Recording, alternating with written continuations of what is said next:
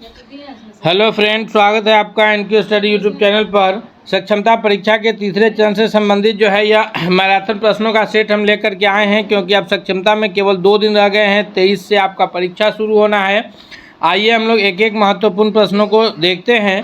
पहला नंबर प्रश्न की ओर बढ़ते हैं। सवाल नंबर पहला है हमारे स्क्रीन पर कि बुद्ध ने अपना पहला उपदेश कहाँ दिया था। यानी गौतम बुद्ध को जब गया में ज्ञान की प्राप्ति हुई, उसके पश्चात उन्होंने जो अपना पहला उपदेश दिया था वह किस जगह पर दिया था। तो इसका जो सबसे सही जवाब है ऑप्शन ए के रूप में उत्तर जाना जाएगा कि उन्होंने अपना पहला उपदेश जो है वह सारनाथ में दिया था। अगले प्रश्न की ओर बढ़ते हैं। नेक्स्ट सवाल है हमारे स्क्रीन पर कि मौर्य साम्राज्य का विवरण किस यूनानी दूत ने दिया था। तो मौर्य साम्राज्य जो है चंद्रगुप्त मौर्य ने मौर्य साम्राज्य की स्थापना की थी नंदवंश के स्थान पर। नंदवंश के अंतिम राजा को हरा करके जो है बृहदत्त को चंद्रगुप्त मौर्य ने मौर्य वंश की स्थापना की। और उसमें जो है यूनानी जो ये था राजा उसके दरबार से आया था मेगास्थनीज। और मेगास्थनीज जिसका जो है जिन्होंने एक पुस्तक की रचना की है जिसका नाम इंडिका है। और उसी में उन्होंने जो है ये यूनानी ये कह रहे हैं मौर्य साम्राज्य का विवरण प्रस्तुत किया है। तो याद रखिएगा कि मेगास्थनीज था जो यूनानी राजा का दूत था। और जो है ये इन्होंने कौन सी पुस्तक की रचना की है, तो इन्होंने जो है इंडिका की रचना की है। और जिसमें जो है मौर्य साम्राज्य चंद्रगुप्त मौर्य का ये था उसका पूरा विवरण उसमें इन्होंने प्रविष्ट किया है, लिखा है। अगले प्रश्न की ओर बढ़ते हैं। सवाल नंबर तीसरा है हमारे स्क्रीन पर कि हड़प्पा सभ्यता को और किस नाम से जाना जाता है। तो हड़प्पा सभ्यता जो है यह पूरी सभ्यता सिंधु और उसके सहायक नदी के आसपास फैली हुई सभ्यता थी। यही कारण है कि हड़प्पा सभ्यता को जो है सिंधु घाटी सभ्यता के नाम से भी जानते हैं। अंग्रेजी में इसे इंडस वैली सिविलाइजेशन कहा जाता है। तो सिंधु घाटी सभ्यता, हड़प्पा सभ्यता को सिंधु घाटी सभ्यता के नाम से जाना जाता है। ऑप्शन बी यहाँ सबसे सही उत्तर के रूप में आंसर जाना जाएगा। अगले प्रश्न की ओर बढ़ते हैं। उससे पहले दोस्तों हम आपसे रिक्वेस्ट करते हैं कि अगर आप हमारे चैनल पर नए हैं तो ज़रूर सब्सक्राइब कर लीजिए। साथ ही साथ अगर आपको हमारा क्लास पसंद आ रहा है तो आप हमारे चैनल के मेंबर भी बन सकते हैं। आप हमें जो है सुपर थैंक्स भेज करके हमारी टीम को जो है आप मोटिवेट कर सकते हैं। अगले प्रश्न की ओर बढ़ते हैं। नेक्स्ट सवाल है हमारे स्क्रीन पर कि मोहनजोदड़ो का क्या अर्थ है। मोहनजोदड़ो जो कि हड़प्पा सभ्यता का एक प्रमुख स्थल है जो आधुनिक पाकिस्तान में अभी स्थित है। ये इसका जो अर्थ है वह है मृतकों का टीला। यानी मृतकों का टीला इसका प्रमुख अर्थ है। ऑप्शन सी चौथा नंबर प्रश्न के लिए सबसे करेक्ट आंसर के रूप में उत्तर जाना जाएगा। नेक्स्ट प्रश्न की ओर बढ़ते हैं। सवाल नंबर 5वां है कि मोहनजोदड़ो में प्रसिद्ध नृत्य करती बालिका एक नृत्य करती हुई जो है लड़की का धातु की बनी हुई मूर्ति प्राप्त हुई है। यह मूर्ति कौन सी धातु की बनी हुई है। जो मोहनजोदड़ो से प्राप्त हुई मूर्ति है नर्तकी की मूर्ति जनरली कहलाती है। जो नृत्य करने वाले होते हैं उसे नर्तकी कहा जाता है। तो ये नर्तकी की जो मूर्ति सिंधु घाटी सभ्यता के स्थल से जो प्राप्त हुए मोहनजोदड़ो से, यह कांसा की जो है बनी हुई मूर्ति है, कांस्य धातु की। चूँकि जो है सिंधु घाटी सभ्यता को इसीलिए कांस्य युगीन सभ्यता भी कहा जाता है क्योंकि उस वक्त के लोगों को कांसा का जो है ज्ञान प्राप्त हो चुका था और उससे लोग मूर्ति का निर्माण कर रहे थे। तो एक प्रश्न इससे भी बन जाता है कि सिंधु घाटी सभ्यता जो है किस युग की सभ्यता है। तो कांस्य युगीन सभ्यता के रूप में जानी जाती है। अगले प्रश्न की ओर बढ़ते हैं। नेक्स्ट सवाल है कि सिंधु घाटी के लोग किस देवता की पूजा करते थे। तो सिंधु घाटी सभ्यता के जो लोग थे वो पशुपति शिव की पूजा करते थे, जो पशुपति के रूप में। यानी ऑप्शन बी छठा नंबर प्रश्न के लिए सबसे करेक्ट आंसर के रूप में ऑप्शन बी जाना जाता है। नेक्स्ट प्रश्न है कि सिंधु घाटी सभ्यता का एक प्रमुख बंदरगाह नगर कौन था। सिंधु घाटी सभ्यता जो थी यह प्रमुख रूप से पूरी सभ्यता जो है एक तरह से समझिए तो आप, तो ये सभ्यता पूरी जो है यह नगर नियोजित सभ्यता थी। तो नगर नियोजित सभ्यता थी अर्थात व्यापार होता था और जो उस वक्त व्यापार का जो प्रमुख मार्ग था वह मार्ग जो है जल मार्ग ही था। तो जल मार्ग के द्वारा व्यापार होता था। तो इसमें जो प्रमुख बंदरगाह नगर थे इन ऑप्शंस में से उसमें एक लोथल है जो कि अभी आधुनिक गुजरात राज्य में स्थित स्थान था लोथल, और यह भोगवा नदी के तट पर स्थित था। यहाँ 7वां नंबर प्रश्न का ऑप्शन बी सबसे करेक्ट आंसर है। नेक्स्ट प्रश्न की ओर बढ़ते हैं। सवाल है कि सिंधु घाटी सभ्यता की खुदाई सर्वप्रथम किसने करवाई थी? तो सबसे पहले जो है 1921 में सिंधु घाटी सभ्यता के जो स्थल हैं उसकी खुदाई का काम दयाराम सहनी जो है ऑप्शन बी के द्वारा किया गया जो है। और ये अलेक्जेंडर कनिंघम को जो है पूरी सिंधु घाटी सभ्यता के पिता के रूप में जाना जाता है। उसके बाद जो है आर.डी. बनर्जी यानी रखालदास बनर्जी, जॉन मार्शल, ये सारे लोग जो है अलग अलग स्थलों की ये करवाने का कार्य किया है। नेक्स्ट प्रश्न की ओर बढ़ते हैं। सवाल नंबर अगला है कि गौतम बुद्ध के बचपन का नाम क्या था? गौतम बुद्ध की जो ये है जन्म है वह नेपाल के जो आधुनिक नेपाल है उसके लुम्बिनी में हुआ था और उनके बचपन का नाम जो है उनके माता पिता ने सिद्धार्थ रखा था। ऑप्शन ए यहाँ पर करेक्ट आंसर है कि बचपन का नाम उनका सिद्धार्थ है गौतम बुद्ध का। और जो स्वामी महावीर के बचपन का नाम है वर्धमान है। याद रखिएगा, छोटे छोटे प्रश्नों में अक्सर आदमी कंफ्यूज हो जाता है और गलती करके जो है, और ख़ासकर इन दोनों के नाम में बौद्ध धर्म के संस्थापक गौतम बुद्ध और जैन के जो है ये 24वें तीर्थंकर महावीर के बचपन के नाम में जो है लोग कंफ्यूज हो जाते हैं। तो इसलिए आप कंफ्यूज नहीं होइएगा। बौद्ध धर्म के जो है गौतम बुद्ध का सिद्धार्थ है और महावीर का नाम जो है वर्धमान है। नेक्स्ट प्रश्न की ओर बढ़ते हैं। सवाल है कि बौद्ध धर्म की मुख्य भाषा क्या थी? जो बौद्ध धर्म के उपदेश दिए जाते थे उसके जो मुख्य भाषाएं थी उस वक्त जो बोली जाती थी वो भाषा थी पाली भाषा। यानी 10वां नंबर प्रश्न का भी ऑप्शन बी करेक्ट आंसर होगा कि पाली भाषा में मुख्य रूप से उस वक्त जो है सारे उपदेश दिए जाते थे। इन्होंने अपना प्रथम उपदेश जो सारनाथ में दिया था वो भी पाली भाषा में ही दिया था। नेक्स्ट प्रश्न की ओर बढ़ते हैं। सवाल है कि बौद्ध धर्म का प्रमुख ग्रंथ कौन सा है? तो ऋग्वेद जो है यह वैदिक काल के प्रमुख ग्रंथ हैं। उसके बाद त्रिपिटक है, महाभारत है, रामायण है, ये तीनों जो है यह हिंदू धर्म के प्रमुख धार्मिक ग्रंथ हैं। लेकिन त्रिपिटक जो है यह बौद्ध धर्म का प्रमुख ग्रंथ है।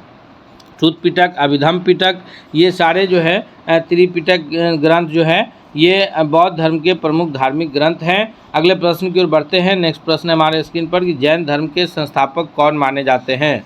तो जैन धर्म के संस्थापक में आप महावीर का नाम उत्तर में करके आप अपने आंसर को गलत नहीं करेंगे, क्योंकि जैन धर्म के जो संस्थापक हैं वो ऋषभ देव हैं। कौन है? ऋषभ देव हैं। ऑप्शन बी करेक्ट आंसर है। जो जैन धर्म के 24वें तीर्थंकर के रूप में जाने जाते हैं, 24वें तीर्थंकर के रूप में स्वामी महावीर जाने जाते हैं। और स्वामी महावीर से पहले जो 23वें तीर्थंकर हुए हैं वो पार्श्वनाथ हुए हैं, ये भी आप याद रखेंगे। तो जैन धर्म हालांकि जो है संस्थापक ऋषभ देव है, लेकिन जो सबसे ज़्यादा ख्याति प्राप्त हुआ जैन धर्म को वह 24वें तीर्थंकर स्वामी महावीर के ये में हुआ। जैन धर्म अभी 2 ग्रुप में विभक्त है, जो है अलवार और नयनार में जो है ये विभक्त है, और उसी प्रकार जो है बौद्ध धर्म हीनयान और महायान में विभक्त है। अगले प्रश्न की ओर बढ़ते हैं। नेक्स्ट प्रश्न है हमारे स्क्रीन पर कि महावीर का मूल नाम क्या था? हमने अभी आपको पिछले प्रश्नों में बताया है इनका मूल नाम। आप हमें कमेंट करके बताइए कि ABCD में से कौन सा आंसर सही होगा, महावीर का मूल नाम क्या होगा। इस प्रश्न का उत्तर आप हमें कमेंट करके बताइए। अगले प्रश्न की ओर हम बढ़ते हैं। सवाल है कि 1857 की क्रांति के समय मुग़ल सम्राट कौन था? तो 1857 की क्रांति की जो घटना है उस वक्त जो मुग़ल सम्राट थे वो बहादुर शाह जफ़र या बहादुर शाह द्वितीय के नाम से जाने जाते हैं। ऑप्शन ए करेक्ट आंसर होगा। बहादुर शाह जफ़र जो है उस वक्त मुग़ल सम्राट थे। लोगों ने जब मेरठ से ये क्रांति शुरू किया और दिल्ली पहुँचे तो उन लोगों ने उन्हें अपना जो है बादशाह घोषित किया। और ये क्या बोलते हैं कि उस वक्त उनकी बादशाह थोड़ी सी जगहों में बची थी, लेकिन मेरठ के लोग जब विद्रोह करते हुए वहाँ पहुँचे तो उन्हें अपना बादशाह घोषित किया। फिर उन्हें कैद करके जो है रंगून भेज दिया गया था काले पानी की सज़ा में, और वहीं उनकी जो है मृत्यु हुई है। और उनके 2 बेटे थे, दोनों बेटों को जो है अंग्रेज़ों ने बेरहमी से कत्ल करके और उनका सर जो है ये भेज दिया था बहादुर शाह जफ़र के पास। तो बहादुर शाह जफ़र ने 2 प्रमुख जो है उस वक्त बात कही थी। एक कहे थे जो है अपने बारे में उन्होंने कहे थे, क्योंकि वो एक उस वक्त के बादशाह थे, और बोले कि कितना है बदनसीब जफ़र कफन के लिए 2 गज जमी भी ना मिली कोई यार में। यानी उन्होंने कहा कि हम इतने बड़े बादशाह होते हुए भी जहाँ हमारी बादशाही थी वहाँ हम सुकून से नहीं मर सके, वहाँ हमारी जो बॉडी है उसको कब्र के लिए जगह नहीं मिली, 2 गज जमी भी नहीं मिली कोई यार में। और फिर उन्होंने कहा था कि गाजियों में बू रहेगी, जब तलक ईमान की तख्त लंदन तक चलेगी तेग हिंदुस्तान की। ये अपने दोनों बेटों के बारे में उनके दो प्रमुख ये रहे हैं, क्योंकि इससे भी प्रश्न अक्सर बनते हैं कि उन्होंने जब उनके बेटे का ये सर कत्ल करके भेजा गया तो उन्होंने कौन सी बात कही थी। तो उन्होंने ये बात कही कि जब तक हम लोग जिंदा रहेंगे यहाँ तक कि लंदन के तक जो है हिंदुस्तान की तेग, हिंदुस्तान की तलवार चलती रहेगी। तो ये दो प्रमुख उनकी ऐतिहासिक लाइन रहे हैं। अगले प्रश्न की ओर बढ़ते हैं। नेक्स्ट सवाल है हमारे स्क्रीन पर कि कांग्रेस की स्थापना में किस अंग्रेज का विशेष योगदान रहा है। तो कांग्रेस की स्थापना में जिन अंग्रेज अधिकारी का विशेष योगदान रहा है उसमें जो नाम आता है एओ ह्यूम यानी एलन ऑक्टेवियन ह्यूम का नाम आता है। ऑप्शन बी के रूप में जाने जाते हैं एओ ह्यूम जो है। और ये 1885 में जो कांग्रेस की स्थापना मुंबई में हुई उसमें इनका विशेष योगदान रहा है। नेक्स्ट प्रश्न की ओर बढ़ते हैं। सवाल है कि भगत सिंह को किस केस में फांसी हुई। भगत सिंह को 23 मार्च 1931 को फांसी की सज़ा दी गई थी। तो यह फांसी उन्हें किस केस में दी गई थी। तो यह फांसी उन्हें जो है ये सैंडर्स हत्याकांड में, यानी ऑप्शन सी जो है इस 16वां नंबर प्रश्न का सही उत्तर है। सैंडर्स हत्याकांड में उनको फांसी की सज़ा दी गई थी। अगला है कि कांग्रेस ने पूर्ण स्वराज का प्रस्ताव कहाँ पारित किया था। तो कांग्रेस के द्वारा जो है पूर्ण स्वराज का प्रस्ताव पारित किया गया था। यह 1929 के कांग्रेस के अधिवेशन 1929 लाहौर में हुआ था। उसी में पूर्ण स्वराज का ये प्रस्ताव पारित किया गया था। और इसकी जो अध्यक्षता कर रहे थे 1929 के लाहौर अधिवेशन की, वह पंडित जवाहरलाल नेहरू कर रहे थे। कांग्रेस 1929 के अध्यक्ष था। अगले प्रश्न की ओर बढ़ते हैं। नेक्स्ट सवाल है कि पत्तियाँ भोजन बनाने की प्रक्रिया को क्या कहते हैं। दोस्तों अब हम लोग जो है इतिहास के प्राचीन, मध्यकालीन और आधुनिक भारत के इतिहास के पश्चात हम लोग विज्ञान, भूगोल और ये भारतीय संविधान से आगे महत्वपूर्ण प्रश्नों को इसी सेट में देखेंगे। हम आपसे रिक्वेस्ट करते हैं कि दोस्तों अगर आप हमारे चैनल पर नए हैं, चैनल को सब्सक्राइब नहीं किया है तो प्लीज़ आप चैनल को सब्सक्राइब करते हुए बेल आइकन को दबा लीजिए, ताकि अगला हर अपडेट्स आप तक सबसे पहले पहुंचेगा। और साथ ही साथ अगर आप हमारे चैनल से जुड़े हैं तो आप हमारे चैनल के मेंबर बन सकते हैं और आप हमें सुपर थैंक्स भी भेज सकते हैं।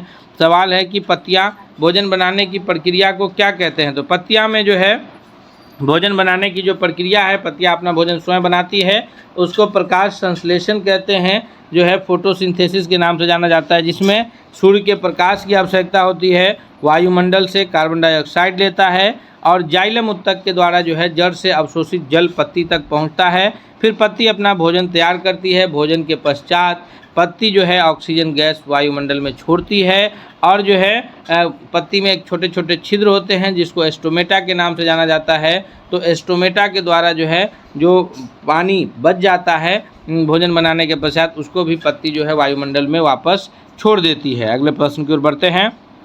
सवाल है कि पाचन क्रिया मुख्यतः कहाँ पूर्ण होती है। तो पाचन क्रिया जो है यह मुख्य रूप से जाकर के छोटी आंत में, पाचन क्रिया कहाँ पूर्ण होती है, यह मुख्य रूप से छोटी आंत में पूर्ण हो जाती है। ऑप्शन बी जो है 19वां नंबर प्रश्न का सबसे करेक्ट आंसर के रूप में उत्तर जाना जाएगा कि पाचन की क्रिया मुख्य रूप से छोटी आंत में पूर्ण हो जाती है। नेक्स्ट सवाल की ओर बढ़ते हैं। सवाल अगला है कि गाय में पुनः जुगाली किस अंग में होता है, यानी गाय या जो भी इस प्रकार के जानवर हैं, गाय है, भैंस है या फिर जो भी जानवर हैं, तो वो लोग जब घास चरते हैं या फिर जो है जब वो लोग ये आप खाना दे, भूसा या जो भी, वो जल्दी जल्दी में सभी को निगल जाते हैं और निगलने के पश्चात पुनः उसे वापस ला करके और चबाते हैं, जिसको जुगाली कहा जाता है। तो यह होता है रुमेन में। ये सारे जुगाली का जो जगह बनी है वह रुमेन है, जहाँ पर वो जुगाली के लिए ये रखते हैं, फिर वहाँ से निकाल करके जुगाली करते हैं, फिर उसके बाद उसका पाचन स्टार्ट होता है। अगले प्रश्न की ओर बढ़ते हैं। नेक्स्ट सवाल है कि अगला कि मच्छरों से फैलने वाला रोग कौन सा है। तो मच्छरों से जो मुख्य रूप से रोग फैलता है वह मलेरिया है। ऑप्शन बी इसका सबसे करेक्ट आंसर होगा कि मच्छरों से फैलने वाला रोग कौन है। तो मलेरिया रोग मुख्य रूप से मच्छरों से फैलता है। 21वां नंबर प्रश्न के लिए सबसे करेक्ट आंसर के रूप में ऑप्शन बी जाना जाता है कि मच्छरों से फैलने वाला रोग मलेरिया है। नेक्स्ट प्रश्न है हमारे स्क्रीन पर कि जंतु कोशिका में कौन सा अंग नहीं पाया जाता है। तो कोशिका में जो कोशिका की सबसे बाहरी झिल्ली होती है उसको कोशिका झिल्ली के नाम से जानते हैं। फिर अंदर में जो है केंद्रक होता है, केंद्रक झिल्ली के अंदर जो है ये केंद्रक के बाद बीच में जो है कोशिका झिल्ली और केंद्रक के बीच में माइटोकॉन्ड्रिया, राइबोसोम, लाइसोसोम, ये सारे कोशिका अंगक पाए जाते हैं। लेकिन इसमें जो कोशिका झिल्ली के बाहर भी एक बड़ा आवरण होता है जो केवल पादप कोशिका में पाया जाता है, जंतु कोशिका में नहीं पाया जाता। उसको कोशिका भित्ति या सेल वॉल कहते हैं, जो सेलुलोज का बना होता है, याद रखिएगा। तो कोशिका भित्ति जो है जंतु कोशिका में नहीं पाया जाता है, केवल किस में पाया जाता है, पादप कोशिका में। और कोशिका भित्ति किसका बना होता है, तो यह सेलुलोज का बना होता है, सेलुलोज का बना होता है। अगले प्रश्न की ओर बढ़ते हैं। नेक्स्ट सवाल है कि जंतुओं में गैस का आदान प्रदान किस अंग से होता है। तो जंतुओं में गैस का आदान प्रदान जो है, अब चूँकि यहाँ पर जंतु पूछा जा रहा है तो आप इसमें कंफ्यूज नहीं होइएगा। मनुष्य में पूछा जाएगा तो वहाँ पर फेफड़े होंगे, मछलियों में होगा तो गलफड़े होंगे और केचुआ में होगा तो त्वचा होगा। लेकिन ये सभी जंतु के श्रेणी में आते हैं, तो यहाँ पर हमारा उत्तर ऑप्शन डी के रूप में जाना जाएगा। त्वचा, केचुआ जो है त्वचा की सहायता से सांस लेते हैं, मनुष्य फेफड़ों से सांस लेता है और गलफड़े से जो है मछलियाँ सांस लेती है, और ये सभी जंतुओं की श्रेणी में है। तो इसलिए जो है केचुआ किससे, त्वचा से, मनुष्य किससे, जो है फेफड़ों से, और गलफड़ा से कौन, तो मछली। तो ये सभी जंतु है, इसलिए यहाँ पर ऑप्शन डी करेक्ट आंसर के रूप में उत्तर जाना जाएगा। अगले प्रश्न की ओर बढ़ते हैं। नेक्स्ट प्रश्न है कि बिजली का अच्छा चालक कौन सा है, यानी बिजली को एक सिरे से दूसरे सिरे तक पहुँचाने का जो बेहतरीन चालक है वो कौन है। अगर हम लोग सूखी लकड़ी से बिजली को टच करते हैं तो एक सिरा को दूसरे सिरा तक करंट नहीं आता है। वहीं अगर हम लोग लोहा, तांबा, एल्युमिनियम के से अगर हम लोग एक सिरा को टच करें तो दूसरे सिरा तक करंट पहुंचता है। तो यहाँ पर ऑप्शन के हिसाब से जो हमारा सही उत्तर होगा ऑप्शन सी हो जाएगा, क्योंकि प्लास्टिक, रबर और कागज़ से जो है एक सिरा से दूसरे सिरा तक विद्युत का प्रवाह नहीं होता है, लेकिन तांबा से जो है एक सिरा से दूसरे सिरा तक विद्युत का प्रवाह हो जाता है। ऑप्शन सी सही जवाब है। अगला है कि कौन सी धातु द्रव अवस्था में पाई जाती है। तो सामान्यतः जितने भी धातु हैं, चाहे लोहा, तांबा, एल्युमिनियम, जितने भी प्रकार के धातु है वो सभी ठोस अवस्था में पाई जाती है। केवल एक मरकरी धातु है जिसको पारा के नाम से भी जानते हैं, वह द्रव अवस्था में पाई जाने वाली धातु है। ऑप्शन बी सही जवाब है। नेक्स्ट प्रश्न की ओर बढ़ते हैं कि बिहार का सबसे बड़ा जिला जो क्षेत्रफल के अनुसार वो कौन सा जिला है। तो बिहार स्पेशल प्रश्न भी बनेंगे जो आपसे पूछे जाएंगे, तो आप कंफ्यूज नहीं होइएगा। सवाल हम सभी प्रकार के आपको करा रहे हैं ताकि आपका एक भी प्रश्न नहीं छूटे। इसलिए आपसे रिक्वेस्ट भी है कि अगर आप हमारे चैनल पर नए हैं, चैनल को सब्सक्राइब नहीं किया है, तो प्लीज़ आज चैनल को सब्सक्राइब कर लीजिए और आप हमारे चैनल के मेंबर भी बन सकते हैं।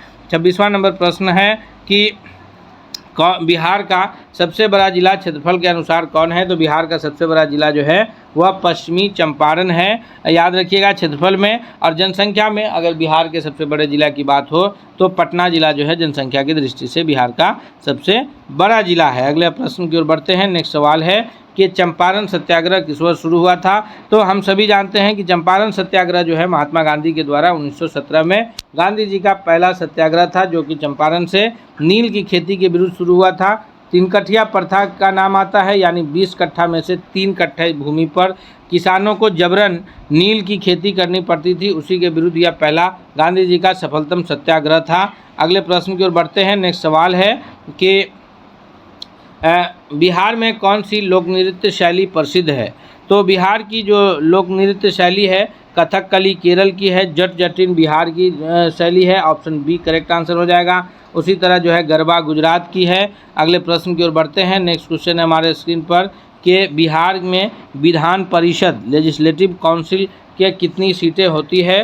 तो बिहार जो है विधानमंडल बिहार का जो है वो द्विसदनीय है, जिसमें से निचले सदन को विधानसभा कहते हैं, लेजिस्लेटिव असेंबली के नाम से जानते हैं, जिसके सदस्यों की संख्या 243 है और प्रत्येक 5 वर्षों पर इनके सदस्यों का निर्वाचन होता है, जो कि पुनः इस साल 2025 में होने हैं।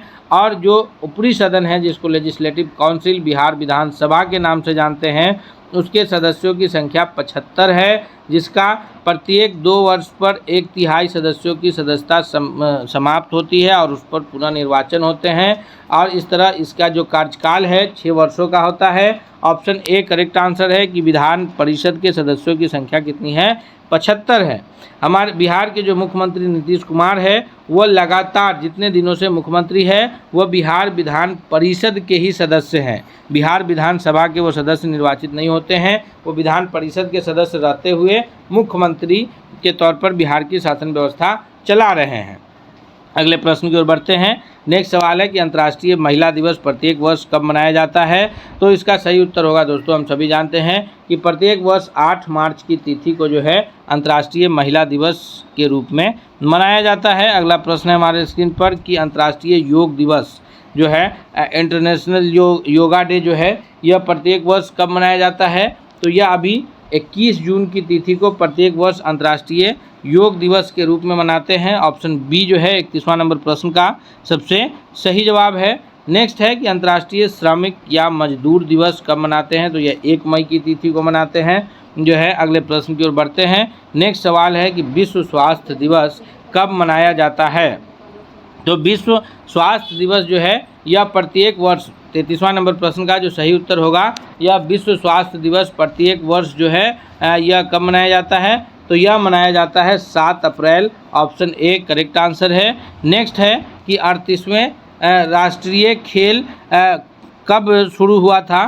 तो 38वां राष्ट्रीय खेल की जो शुरुआत है यह मुख्य रूप से इसका 34वें नंबर प्रश्न का जो सही जवाब है कि 38वां राष्ट्रीय खेल जो है यह 2025 में कब शुरू हुआ था।